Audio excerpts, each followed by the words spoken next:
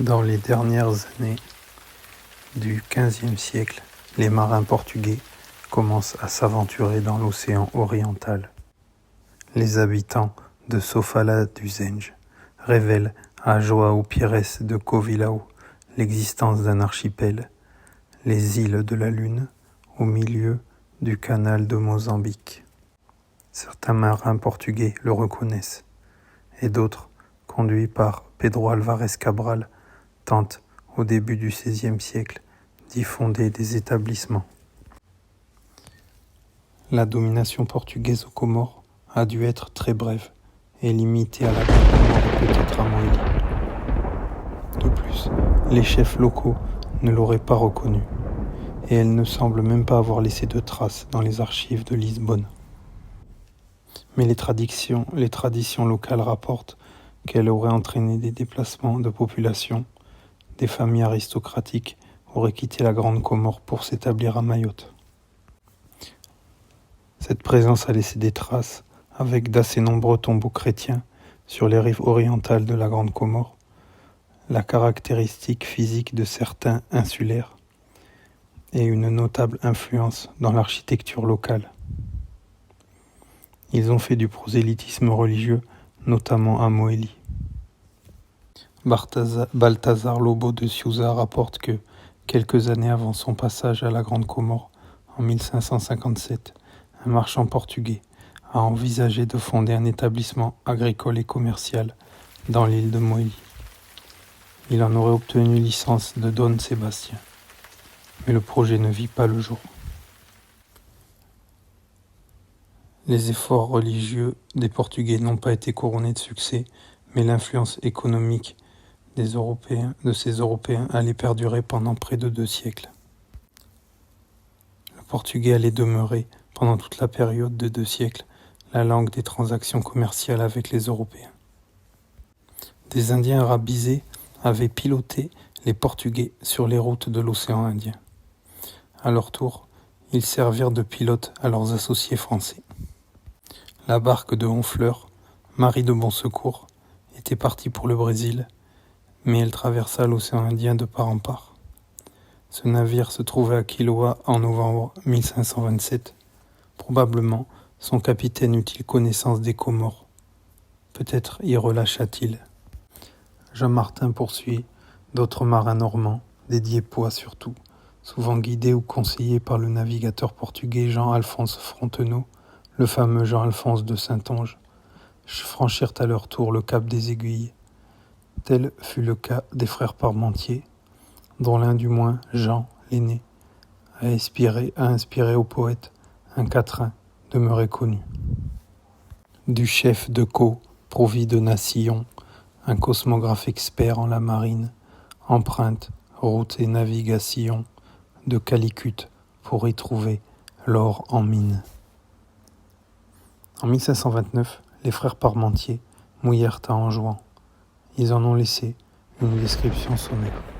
En 1591, 35 hommes de l'Edward Bonaventure, navire de l'anglais James Lancaster, furent massacrés par les insulaires lorsqu'ils touchèrent la Grande Comore. Ces derniers n'avaient probablement pas gardé un bon souvenir de la présence des Portugais et en avaient peut-être conçu la haine des hommes blancs.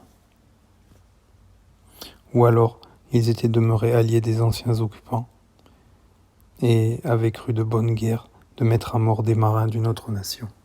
L'expédition de James Lancaster avait pour but la piraterie. Elle était composée de 3 navires. James Lancaster avait pu s'emparer d'une barque portugaise près du cap d'Angre. Un jeune Lusitanien qui se trouvait à bord fut fait prisonnier et servi d'interprète aux Anglais à la Grande Comore. Il s'acquitta si bien de sa tâche qu'il pourrait avoir été à l'origine des mécomptes survenus dans cette île. Une dizaine d'années plus tard, en avril 1602, la flotte de l'amiral Spielberg connut des déboires semblables à Moélie. 28 hommes envoyés à terre furent capturés par les insulaires et probablement mis à mort. La petite île passait alors pour être une dépendance du Portugal. du moins d'après les Anjouanais, en 1698, qui le dirent aux marins du navire néerlandais Middelburg. L'amitié des Mohéliens pour les Portugais pourrait ne pas avoir été un vain mot. En 1614, il y eut un combat naval entre les 5 vaisseaux de l'escadre anglaise et une grosse caraque portugaise montée par 700 hommes et commandée par Don Manuel Meneses, qui trouva refuge sur la rade de Moélie, probablement au mouillage de New Machoa. Les Portugais furent aidés par les insulaires, qui réparèrent leurs navires fort endommagés et les ravitaillèrent. Mais lorsque ce navire reprit la mer, le bâtiment fut pris en chasse de nouveau par les Anglais. Don Manuel n'eut d'autre ressource que de jeter son navire à la côte sur les rivages de la Grande Comore et de le faire incendier.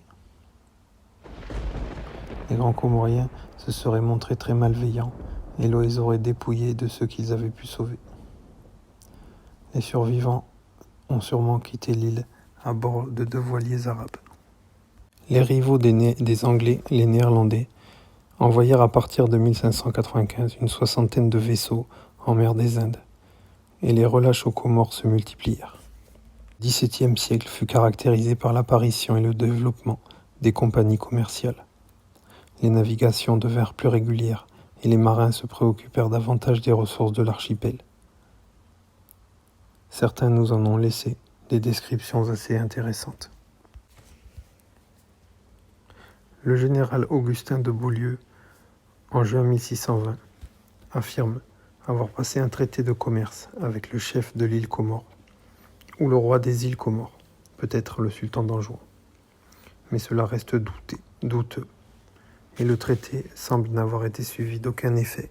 Les Français s'intéressaient surtout à leurs établissements de Madagascar et délaissaient les Comores, mais ce n'était pas le cas des Anglais, qui apparurent assez souvent à Anjouan.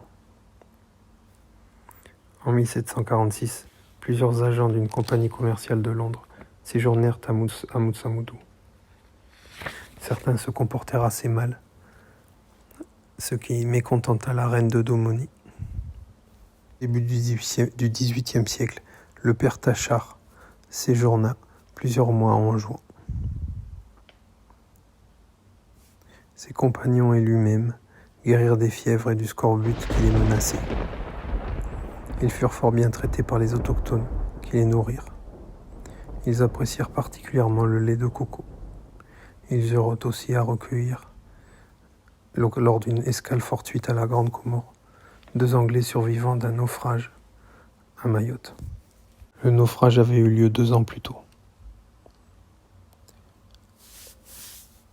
Depuis quelque temps, d'autres Européens, moins paisibles que les marchands de la route des Indes, avaient coutume de hanter l'archipel. C'étaient les pirates.